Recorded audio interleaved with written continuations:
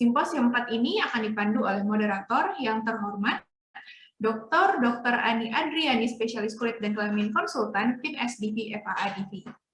Sebelumnya, izinkan saya membacakan CV singkat dari moderator terlebih dahulu. Dr. Ani Adriani lahir di Makassar 10 Mei 1965. Beliau menempuh jenjang pendidikan dokter umum, pendidikan spesialis kulit dan kelamin, serta pendidikan doktoral S3-nya di Fakultas Kedokteran Universitas Hasanuddin Makassar.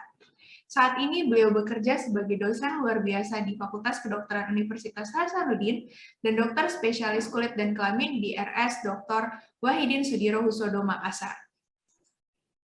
Baiklah, tanpa memperpanjang waktu, kami persilakan kepada moderator dengan hormat. Terima kasih, Dr. Nadia. Ya, Assalamualaikum warahmatullahi wabarakatuh, dan selamat pagi menjelang siang. Salam sejahtera bagi kita semua. Yang terhormat Ketua Umum Perdoski Dr. Yulianto Listiawan, SPKK Konsultan, FINSDV, FADV. Yang terhormat Ketua Umum ID Pusat Dr. Daeng M. Fakih, SH, MH. Yang terhormat Ketua ID Wilayah, selamat datang saya ucapkan kepada seluruh peserta Medical Stadium General 2022 Dermatology and Venereology di sesi kedua ini dengan topik dermatomikosis. Pada sesi ini ya, izinkan saya untuk memandu jalannya acara ini yang terdiri atas dua topik yang akan dibawakan oleh pakar-pakar di bidang dermatomikosis. Yang pertama berjudul Update in Diagnostic and Management in Superficial Dermatomycosis yang dibawakan oleh Dr. Tuti Aryani, SPDV. Kemudian dilanjutkan materi kedua berjudul Diagnostic Challenge in Subcutaneous Mycosis yang akan dibawakan oleh Dr. Linda Astari, SPKK Konsultan, FINSDV, FAIDV. Baiklah, mari kita masuk ke topik pertama. Ya, izinkan saya membacakan CV dari pemateri terlebih dahulu. Ya, Dr. Tuti Aryani, spesialis dermatovenerologi, merupakan staf dermatovenerologi di FK Unan Padang. Ya, beliau menyelesaikan pendidikan dokter dan dokter spesialis kulit dan kelamin di FK Unan Padang. Untuk beliau, waktu dan tempat kami persilahkan. Terima kasih banyak, Dok. Assalamualaikum warahmatullahi wabarakatuh. Sebelumnya suara saya sudah terdengar, Dok? Sudah, Dok. Baik, terima kasih banyak. Saya izin share screen ya, Dok.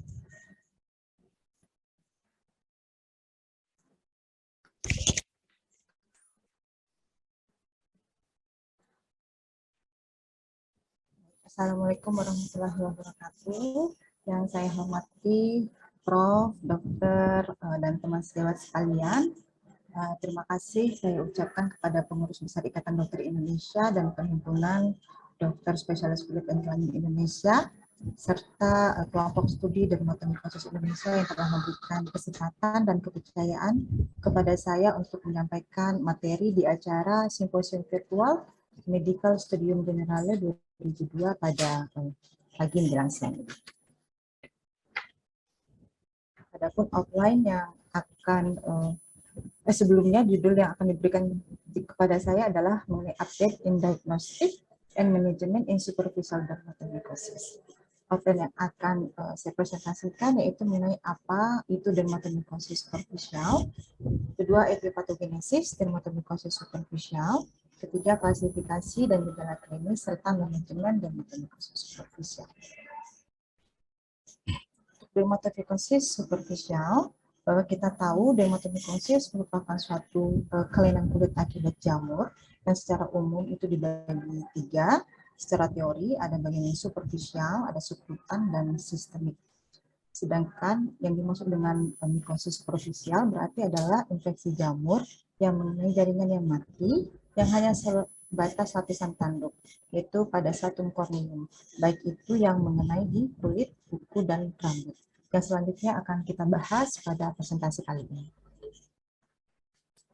Dermatofikosis superficial sampai saat ini memang masih menjadi satu permasalahan, terutama di Indonesia, karena kita tahu Indonesia adalah salah satu negara yang iklim tropis. Dan sekitar 20-25% masih merupakan populasi, lebih dari populasi dunia. Mengapa menjadi permasalahan? Karena sampai saat ini memang kasusnya masih tinggi, masih recurrent, kemudian pengobatan yang masih cenderung lama, didukung oleh iklim tropis. Selanjutnya, dermatomikosis superficialis yang akan kita bahas itu terbagi 3 berdasarkan kelompok jamurnya. Ada dermatofitosis, yaitu yang disebabkan oleh kelompok jamur dermatofita. Non-dermatofitosis berarti kelompok jamur non-dermatofita. Seperti misalnya ada Malassezia SPP dan Candidiasis yang bersifat opportunistik. Dari epipatogenesis kita tahu bahwa dermatomikosis superficial bersifat multifaktorial, sehingga harus ada keterlibatan faktor agen, host, dan lingkungan untuk menghasilkan gejala klinis yang berbeda.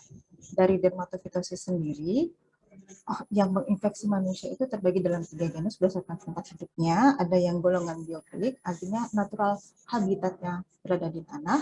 Zoofilik berarti jamur dengan natural habitatnya itu berada atau hidup di hewan, dan antropofilik pada manusia.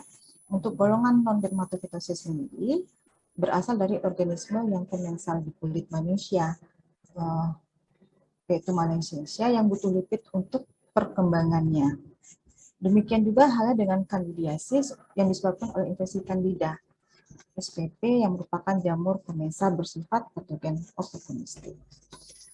Patogenesis dan respon imun dari dermatofitosis tentu untuk mencapai suatu keadaan sakit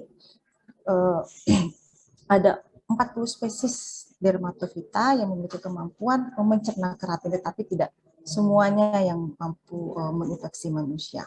Ada golongan 3 yang besar ya, 3 genus, ada yang golongan Trichopiton, Microsporum, dan Epidermophyton.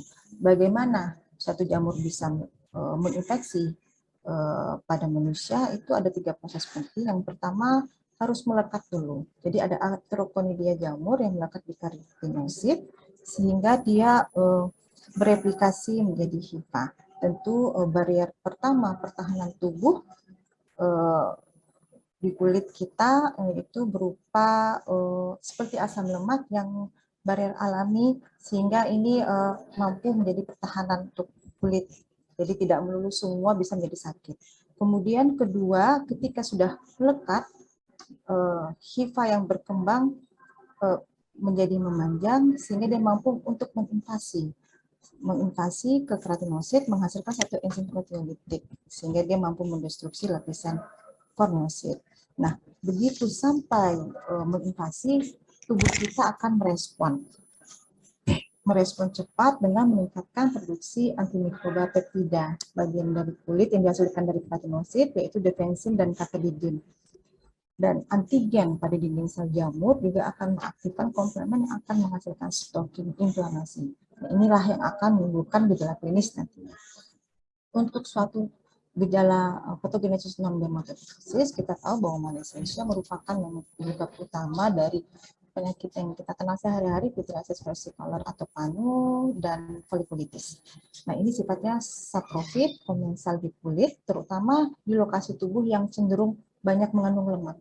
Oleh karena itu memang dengan kondisi yang memungkinkan, Malassezia akan berubah dari ragi menjadi bentuk miselium yang nantinya akan menginvasi stratum corneum sehingga menyebabkan gejala klinis. Untuk patogenesis Candidiasis sendiri yang paling banyak memang disebabkan oleh Candida albicans, walaupun juga banyak penyebab Candida yang lainnya, juga merupakan satu faktor kompleks interaksi antara bagaimana sih virulensi jamur sehingga bisa masuk, ya, kemudian dari faktor host sendiri dan respon imun yang menyertai. Masuk ke klasifikasi dan gejala klinis, Untuk penyakit yang akan kita sampaikan di sini mungkin yang bisa kita temukan sehari-hari kasusnya banyak ya, untuk golongan dermatofitosis contohnya tinea corporis arthritis, tinea pedis manus, onychomicosis, tinea capitis. Untuk golongan non dermatofitosis itu kasusnya juga banyak seperti pityriasis versicolor dan folliculitis malassezia. Untuk kandidiasis kutan dan kukutan seperti gambar contoh ini adalah kandidiasis cutis dan kandidiasis oral. Kita masuk ke tinea corporis atau tinea corporis.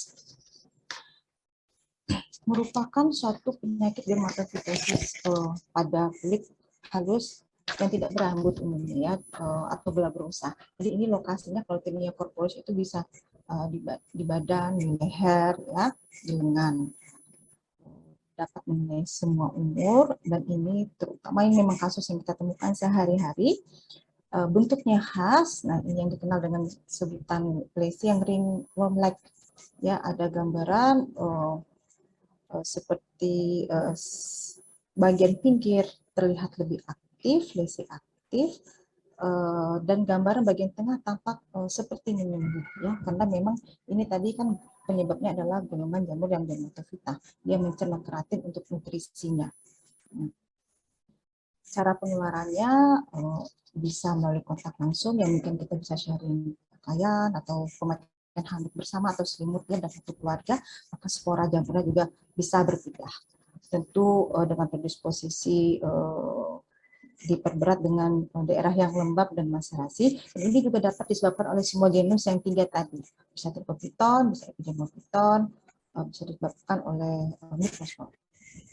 Untuk tinea cruris dengan nama lainnya adalah cokit. Nah, ini juga sering kita temukan kasus di rumah sakit ya. Biasanya kalau untuk tinea cruris ini tentu dia di daerah area genitokrural ya. Genitokrural tentu di paha, di bokong, di anus ya, di perut bawah, di perineum, dan biasanya lesi klinisnya bentuknya biasanya simetris. Pada gambar ini tampak seperti bercak eritematosa dengan pinggir aktif, lesi aktif, gambarannya polisiklik, dan ada sedikit ditutupi oleh squama. Kalau pada kasus yang menaun biasanya yang kita temukan hanya bercak menghitam dengan sedikit squama. Ya, dan ini juga perlu kita pikirkan untuk diagnosis banding kasus tinea cruris seperti dermatitis seborrheic, bisa kandidiasis intertrigonosa. Tetapi ada beberapa lesi yang memang sudah gambarannya tampak khas, kecuali kalau yang kronis. Untuk tinea pedis dan tinea mandom, nah ini berarti adalah gambaran dermatofitosis di area kaki, terutama di sela jari kaki dan telapak kaki. Prevalensinya ini tinggi, terutama pada masyarakat yang memang banyak menggunakan sepatu dalam aktivitas sehari-hari. Jadi biasanya pada tentara atau polisi yang banyak menggunakan sepatu di lapangan. Penyebab utamanya bisa golongan antropofilik yang terbanyak ya, Trichopiton rubrum. Ini ada beberapa tipe, di antaranya ada di gambar A ini adalah tipe interdigitalis. Ya, tipe interdigitalis atau interdiginosa kronik. Ini keluhan bisa berupa bercak merah dengan squama, erosi dan sela jari ya, bisa di interdigital dan bisa di melebar ke subdigital, terutama di sela kaki jari 3, 4, dan 5 karena memang biasanya lebih rapat. Begitu. Kemudian tipe kronik hiperkeratotik, nah ini juga sering kita temukan di kedatangan poliklinik. Nah ini yang dikenal dengan tipe mucoic foot.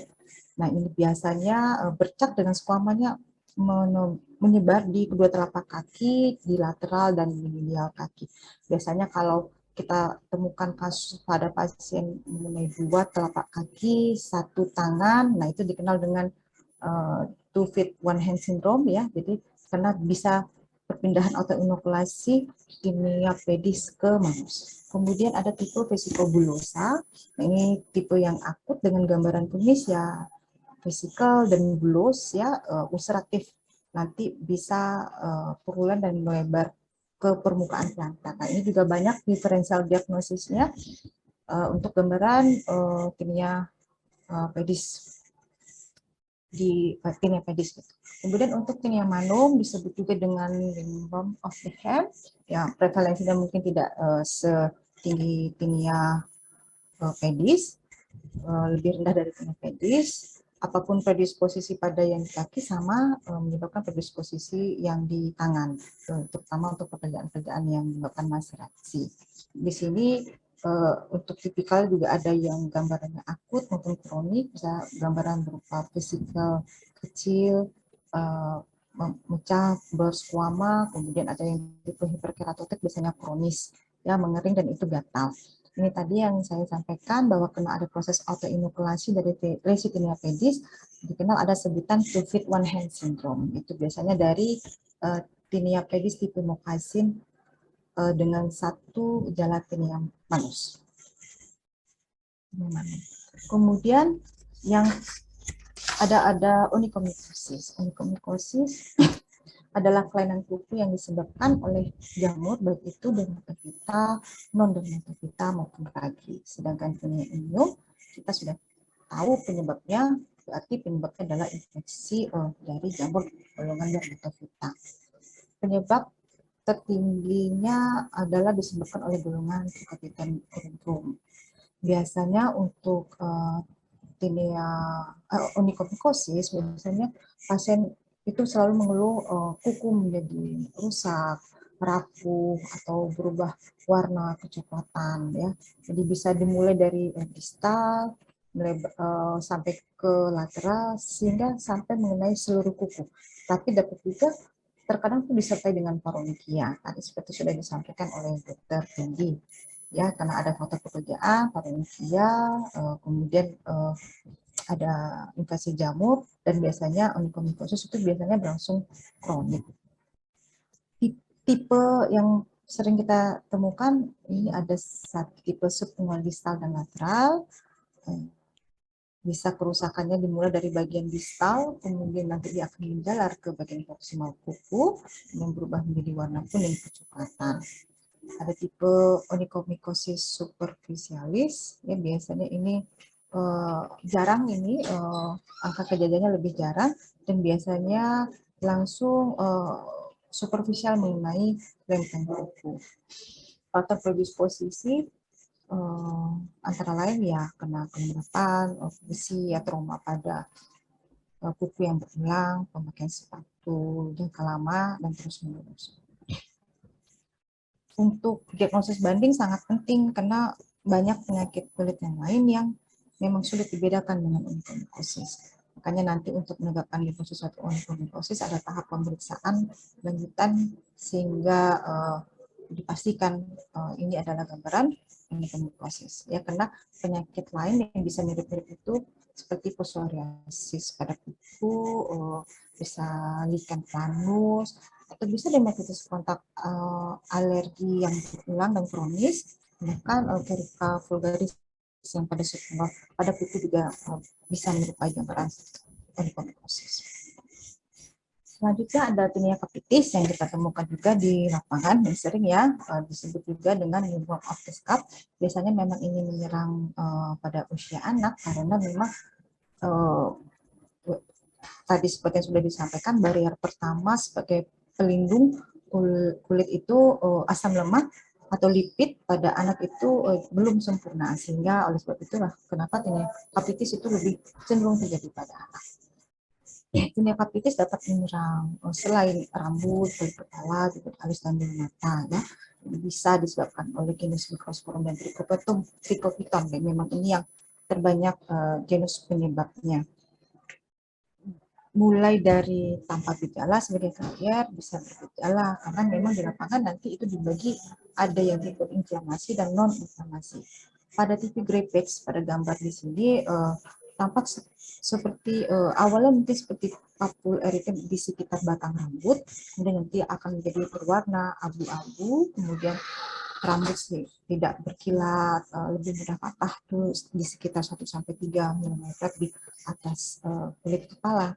Biasanya keluhan subjektif pasien merasa gatal, kemudian tampak kebotakan.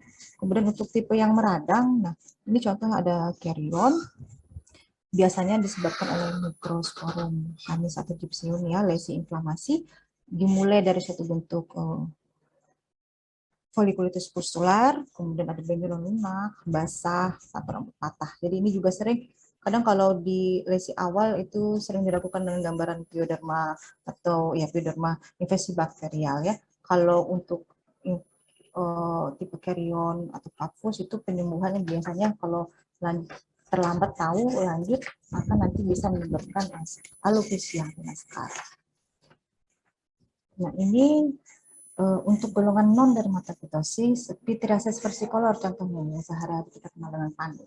Jadi sebenarnya ini penyakit jamur superficial yang ringan akibat infeksi kulit kronis jamur yang sangat menyukai lemak lipid ya, sehingga tentu dia tersebar di area yang kaya akan lemak, bisa di dada, di punggung, di lengannya, terutama pada laki-laki ya, karena memang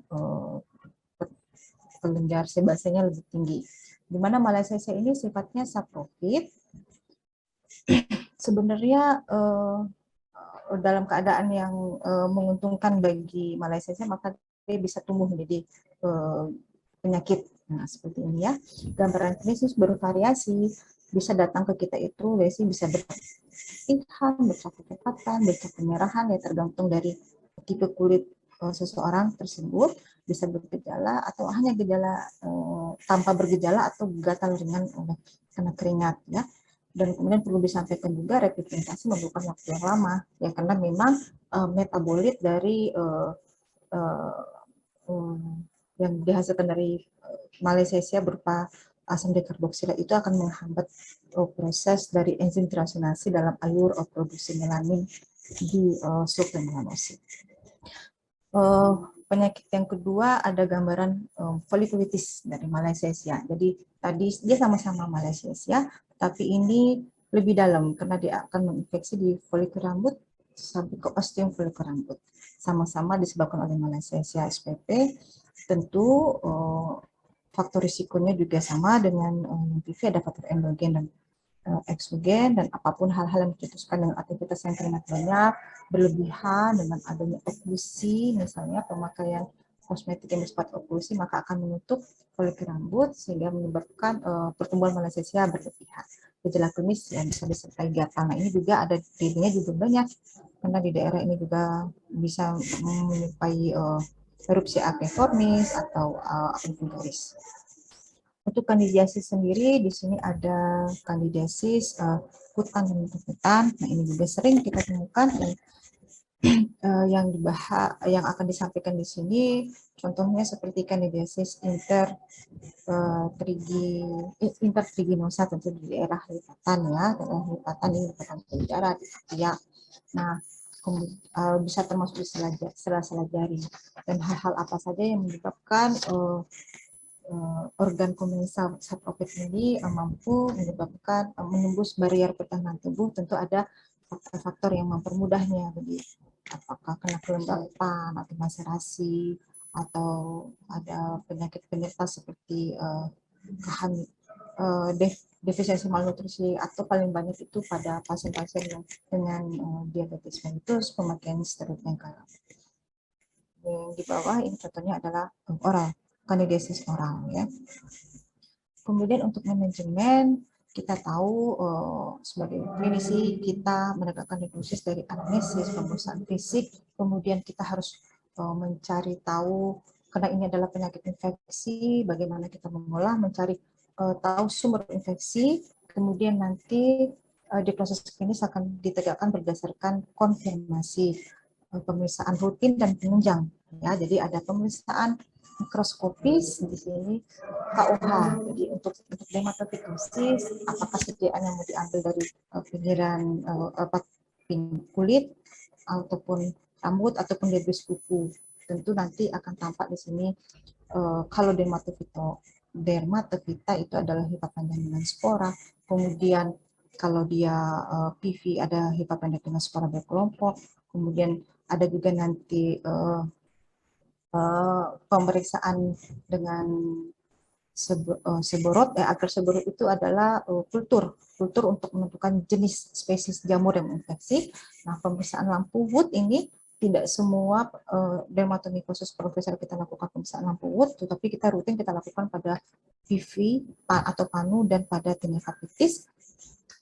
Kemudian ada histopatologi. Nah, ini ada contoh gambaran kultur ya untuk koloni. Kita melihat koloni, ada koloni candida itu berwarna putih untuk menentukan spesies dari Trichopiton, apa seperti gambaran cerebriforum. Nah, dermoskopi 2 tahun 3 tahun terakhir ini kita juga kerap menggunakannya karena itu sudah kita gunakan untuk pemeriksaan rutin. Maaf, Dr. Tuti, lagi 3 menit. Baik, terima kasih, Dok. Ya, untuk penata laksanaan, baik kita lakukan tentu dengan secara non-medikamentosa maupun non-medikamentosa, karena kita tahu ini adalah penyakit sumber infeksi, maka bagaimana caranya kita mencari tahu faktor infeksi, sumber penularannya bagaimana, menularkannya bagaimana. Nah, nanti akan diedukasi bagaimana mengeliminasi agen penyebab dan mencegah penularan. Untuk terapi umumnya tinea corporis maupun tinea pedis dan manus ya. Kalau lokasinya hanya lokal, terlokalisir, kita berikan topikal, bisa diberikan krim terbinafin untuk golongan alinamin. Adapun alternatifnya juga bisa diberikan golongan azol, metronidazol. Kemudian untuk kalau dia luas, maka kita kombinasikan dengan terapi sistemik. Di sini ada beberapa pilihan terapi. Kita masih bisa memakai kriseptin, itraconazole. Ya, untuk tinea capitis memang dianjurkan memakai terapi sistemik. Terapi topikal hanya sebagai terapi tambahan. Dan di poliklinik kita masih memakai crisaphovin, masih drug of choice. Ya, kita sesuaikan dengan ukuran berat badan dan diberikan terapi selama 6-8 minggu. Pneumokosis juga demikian, disarankan dengan pemakaian terapi sistemik. Untuk terapi pityriasis versicolor, sama bagaimana kita mengedukasi untuk menjaga kulit agar tetap kering dan disampaikanlah kepada pasien bahwa repigmentasi butuh waktu yang lama. Terapi lini pertama masih tetap diberikan topikal, kemudian kalau lesinya luas dan recurrent biasanya dapat kita berikan bersama dengan terapi sistemik, bisa ketoconazole 200 mg per hari selama 10 hari atau itraconazole 200 mg per hari selama 7 hari. Demikian juga untuk pityriasis folikulitis, terapi topikal dan sistemik, tetapi untuk pitfall ini biasanya terapinya lebih panjang, lebih lama, butuh waktu 2-3 minggu. Candidiasis cutis juga tadi kita tahu sifatnya komensal, bersifat patogen oportunistik, maka edukasi harus menjaga hygiene agar tidak basah dan lembab, menjaga pakaian tidak ketat dan pakai pakaian yang menyerap keringat atau yang disela dari kaki, yang mengeringkan sela dari kaki. Terapi candidiasis cutis masih diberikan terapi topikal, golongan azol, dan untuk yang luas dapat diberikan kombinasi dengan terapi sistemik, itraconazole 100-200 mg per hari. Baik, demikian saja. Terima kasih banyak atas kesempatannya. Terima kasih banyak, Dr. Ani. Assalamualaikum warahmatullahi wabarakatuh.